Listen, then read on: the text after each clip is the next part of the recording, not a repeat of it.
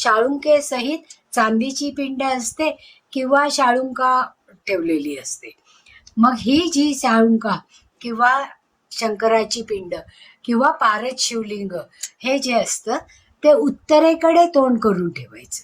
म्हणजे उत्तरेकडे त्याचा शंकराच्या पिंडीचा निमुळता भाग यायला पाहिजे. म्हणजे ती दिशा ही योग्य दिशा होते. मग अशा वेळेस या देवतांना सकाळ संध्याकाळ पूजा करून संध्याकाळी दिवा लावून तुपाचा दिवा लावला असता घरामध्ये सौख्य, समृद्धी, आरोग्य आणि समाधान नांदतं. मुलांनाही संस्कार करण्यासाठी आपण दररोज संध्याकाळी शुभंकरोती म्हणायला होतो पहा, आणि पर्वचाही म्हणायला होतो त्यावेळेस. म्हणजे जेव्हा मुलं पाढे-पाठ करत नव्हती की मागच्या पिढीमध्ये तर सगळा पर्वचा, सगळे पाढे हे देवासमोर बसून म्हणले जायचे. आधी शुभंकरोती व्हायचं आणि मग संध्याकाळच्या आरत्या आणि पर्वचा हा तिथेच एकत्रितपणे, म्हणजे घरात जेवढी मुलं असतील त्या सगळ्या मुलांना एकत्रित बसून तिथे तो पर्वचा किंवा पाढे हे म्हणले जायचे. आणि घरातले जे ज्येष्ठ लोक असायचे ते त्यांच्यावर सुपरविजन करायचे. म्हणजे ते कुठे चुकतात, काय त्यांचं बरोबर आहे, काय चुकलंय हे नेमकं त्यावेळेस सांगतात.